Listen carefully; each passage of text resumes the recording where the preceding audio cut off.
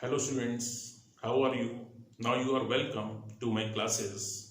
और हम यहाँ डिस्कस कर रहे थे problems related with Coulomb's law. तो एक और प्रॉब्लम है आपके पास। Consider the charge Q and minus Q placed at the vertices of an equilateral triangle as shown in the figure. What is the force on each charge? आपको इसमें each charge पर force find करना है। तो आप देखिए इस पर फोर्स कितना होगा, ये Q और माइनस Q, ये फिगर इस क्वेश्चन के साथ है। तो आप कैसे करेंगे, इन दोनों के बीच क्या लगेगा, repulsive. Q and minus Q, length कितनी है साइड की, L। This is F, this is F, और this angle is 120 degree. So what is the resultant?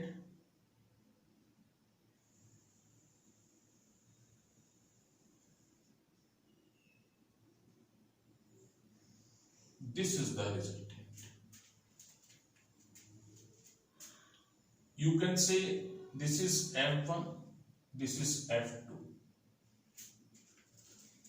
Yeah, you can say this is FAC, or this is FAB, or this is FAC. You can take.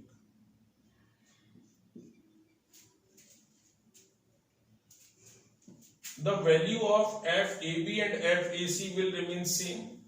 But this is repulsive force, this is attractive force. So value of FAB or FAC 1/4 pi epsilon naught Q square upon L square। चाहे आप इसे यहां इन दोनों pair की लगा लिए, FAB आएगा, और इन दोनों पेयर की लगाते हैं तो ये आएगा FAC। अब आपके दिमाग में ये आ सकता है कि सर ने यहां माइनस नहीं दिया है। माइनस और प्लस के अकॉर्डिंग ये डायरेक्शन शो किया गया है, अट्रैक्टिव है। ये दोनों प्लस के थे इसलिए रिपल्सिव शो किया गया। अब निकालना है आपको फोर्स क्या, इसे मान लेते हैं फोर्स FA। तो FA कैसे आएगा, FA होगा root FAB square plus FAC square plus 2 FAB FAC cos 120 degree, cos 120 degree. अब FAB और FAC वैल्यू में क्या है, इक्वल है, तो इसे आप लिख सकते हो FAB square plus FAB square plus 2 FAB square, और ये आएगा cos 120 इज -1/2, और आंसर आपके पास आएगा FA is equal to FAB। ये 1 बचेगा, यहाँ पे FAB इस पर कैंसिल हो जाएगा, FAB बचेगा, यानी FA आएगा आपके पास 1/4 पाई एप्सिलॉन नॉट, या यहाँ लिख देता हूं Q square upon L square, ये आएगा। अब है क्या डायरेक्शन की बात। डायरेक्शन निकालेंगे तो ये एंगल आएगा, इक्वल है, तो ये एंगल, ये दोनों फोर्स इक्वल हैं, तो एंगल भी ये दोनों जो रेस्ट हैं वो इक्वल होंगे। ये 60, तो ये 120, तो ये डायरेक्शन BC के अलोंग होगा। तो अगर वेक्टर फॉर्म में लिखना चाहें तो FA आएगा Q square upon 4 pi epsilon not L square BC, पूरा वेक्टर नहीं लगा सकते, कैप BC कैप बता रहा है कि ये किसके अलोंग है, FA BC के अलोंग है। तो ये आपके पास रहा एक आंसर कि आखिर A पर कितना फोर्स आएगा। लेकिन क्वेश्चन क्या था, what is the force on each charge. अब हम बी पर निकाल लेते हैं फोर्स, इसको हटाएंगे। आप देख लीजिए इसको किस तरीके से किया गया। अब हम इसको हटाएंगे, देखिए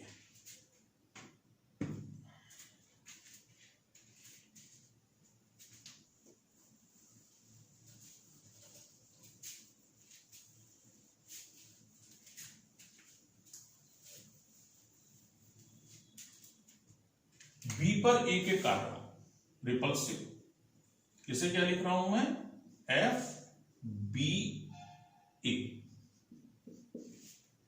बी पर सी के कारण इसे लिख रहा हूं एफ बी सी। इन दोनों को आप पैरेललोग्राम से ट्रीट करेंगे तो ये आएगा आपका एफ बी। अब यहां पर वही बात है, एफ बी ए की वैल्यू और एफ बी सी की वैल्यू बराबर रहेगी, कितनी आएगी, Q square upon 4 pi epsilon naught L square. अब है कि ये एंगल कितना होगा, 120। करना क्या होगा, vector sum.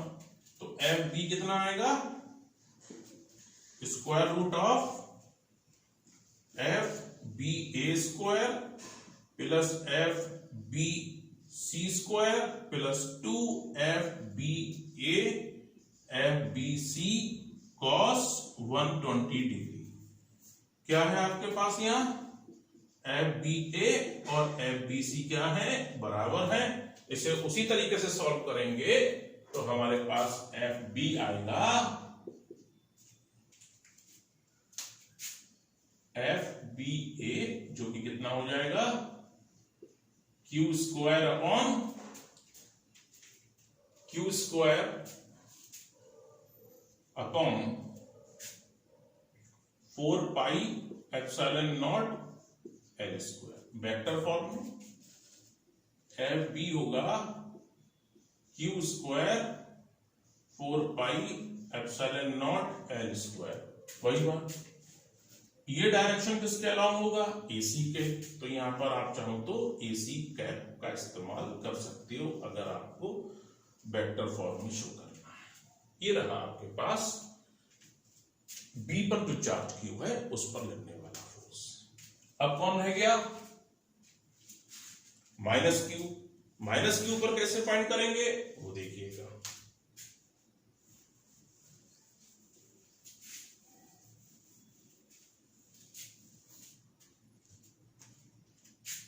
Force on minus Q, C पर ए के कारण this is F C A, C पर बी के कारण this is F C B. Attractive होगा और पैरेललोग्राम से ये निकलेगा,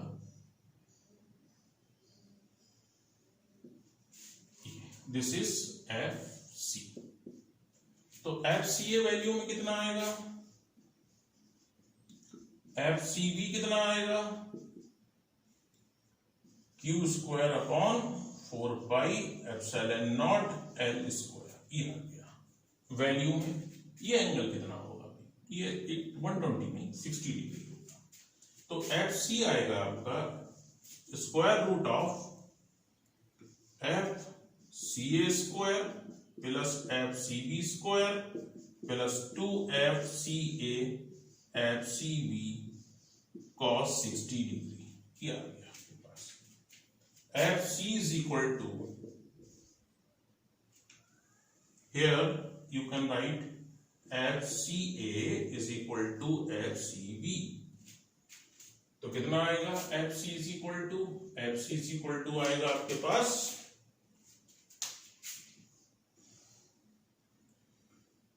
F C A square plus F C A square plus 2 F C A square और cos 60 कितना होता है भाई, cos 60 होता है 1/2।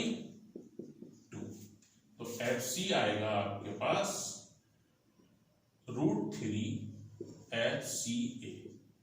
F C is equal to √3 Q square upon 4 pi epsilon naught L square. अब यहां पर आप वेक्टर फॉर्म में लिखना है तो एक काम कर सकते हो, यहां से मिलाओगे m आएगा, या जो ये सी एम है वो इसका बाइसेक्टर है, एंगल बाइसेक्ट कर रहा है। तो B C F C vector is equal to √3 q² upon 4πε0 L² CM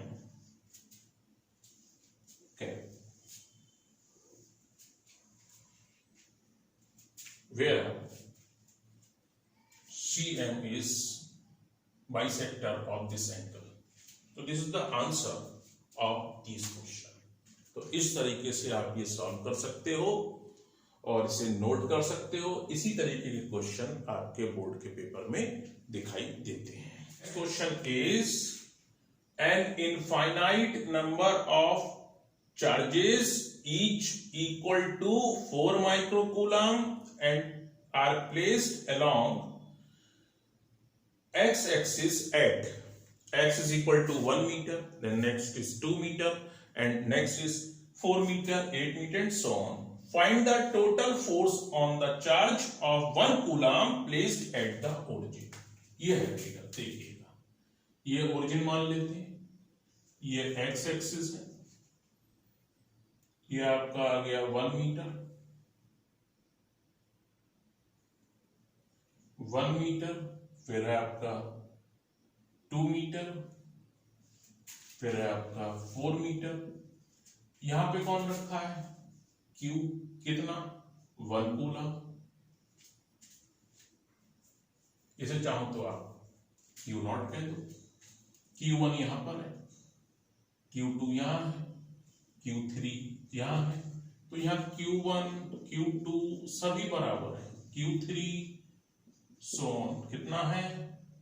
4 microcoulomb. गलती मत करिएगा, 4 × 10⁻⁻6 कूलम होगा। ओरिजिन पे रखा है हमने, क्या लिखा उसे? Q0 1 coulomb. तो सभी के कारण फोर्स का डायरेक्शन एक ही रहेगा, तो आप सिंपल ही ऐड कर सकते हो। मान लो अगर रिपल्सिव फोर्स है तो सभी के डायरेक्शन एक ही तरफ होंगे, तो टोटल F कैसे आएगा? F1 + F2 + F3 and so on. Direct sum क्यों कर दिया?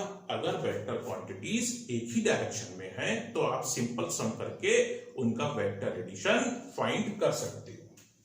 तो यहां पर देखो, कांस्टेंट को तो हम कॉमन ले लेते हैं और सभी में ये फिगर जो है इसे अगर हम Q कहते हैं, सिंपली क्या कहते हैं? Q। तो Q0, Q तो सभी पेयर में आएगी, अपॉन कांस्टेंट कितना बार आएगा?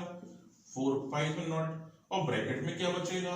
1/r1², यानी 1 का स्क्वायर, 1/2 का स्क्वायर, 1/4 है 4 का स्क्वायर, 1/8 का square, and so on.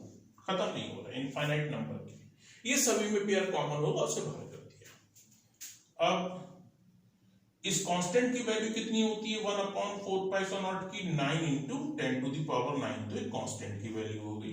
Q0 आप पर कितना है? 1। Q कितना है आपके पास? यानी ये लिखा है 4 × 10⁻⁻6। ये क्या बन रही है भाई? सीरीज बन रही है, ध्यान से देखिएगा। 1/1 इसका स्क्वायर 1,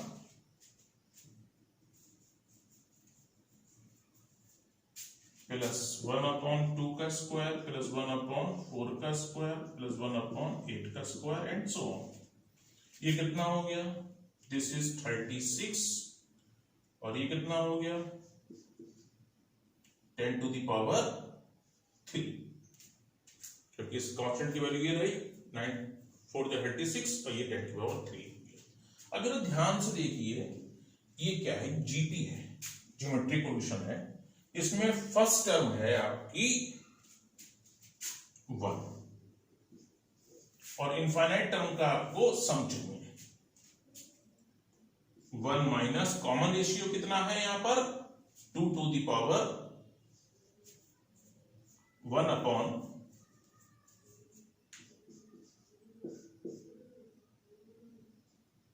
स्क्वायर। इसे मैं अलग से समझाता हूं आपको। और ये सवाल सॉल्व हो गया। अगर इसे आप देखेंगे तो कितना आएगा 36 10 to the power 3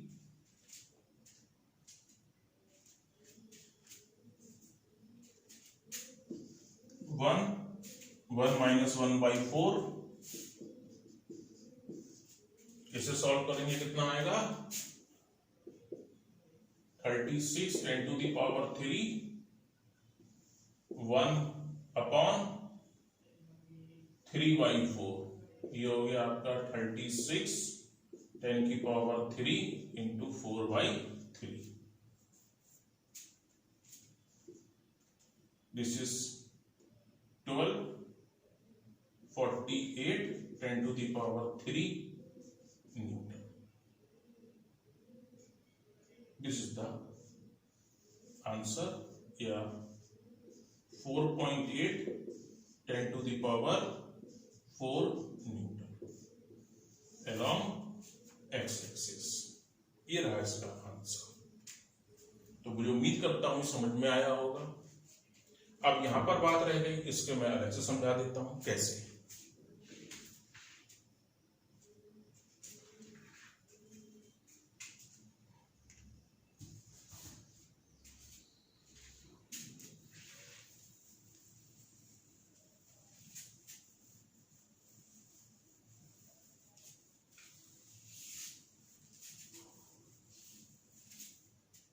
देखिए, एक टर्म है जीटी है, सीरीज है, ज्योमेट्रिक प्रोग्रेशन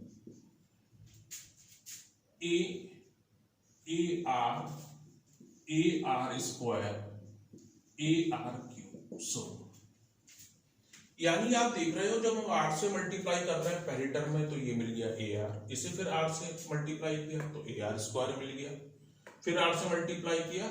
ए है यहां पर फर्स्ट टर्म, ए इज क्या कहलाता है फर्स्ट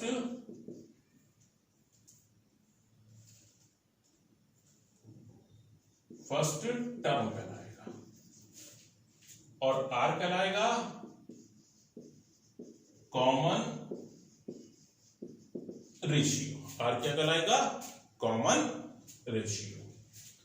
इफ आर की वैल्यू अगर 1 से कम है, you can find sum of infinite term by using the formula a upon 1 minus r। ये था,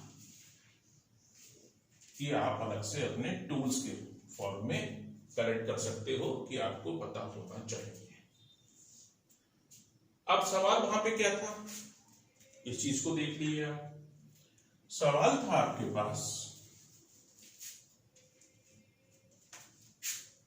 1 plus 1/2 square plus 1/4 square plus 1/8 square and so up to infinite, ये सम करना था। तो इसमें देखिए आप, अगर मैं इसे 1/2 स्क्वायर यानी 1/4 से मल्टीप्लाई कर दूं तो ये टर्म आ जाएगी। इसको अगर 1/2 के स्क्वायर से मल्टीप्लाई करूंगा तो 4 का स्क्वायर आ जाएगा। इसे 1/2 के स्क्वायर से मल्टीप्लाई करूंगा तो ये टर्म आ जाएगी। आप चेक कर सकते हैं। तो एस इनफाइनाइट निकाला सकता है, फर्स्ट टर्म हमारी इतनी, और कॉमन रेशियो कितना बन रहा है, चाहे तो 2 का स्क्वायर लिख दे या आप डायरेक्ट 1/4 लिख दे। तो ये कितना आएगा 1 minus 1/4, this is 4/3 is the answer. ये किया था मैं अलग से। तो उम्मीद करता हूं समझ में आया होगा।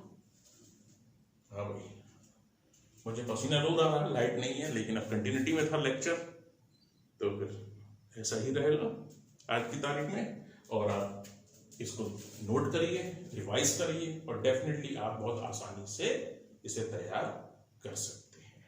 और अगर अभी आपने चैनल को सब्सक्राइब नहीं किया है तो please subscribe this channel, like करिए, और कोई भी अपना कमेंट लिखना चाहते हो तो कमेंट जरूर लिखिए कि कैसा लेक्चर लगा और क्या चीज अच्छी लगी इसमें, क्योंकि ये लेक्चर मेरे लिए नहीं आप लोगों के लिए है। तो उसे शेयर करिए, लाइक करिए। Thank you for watching.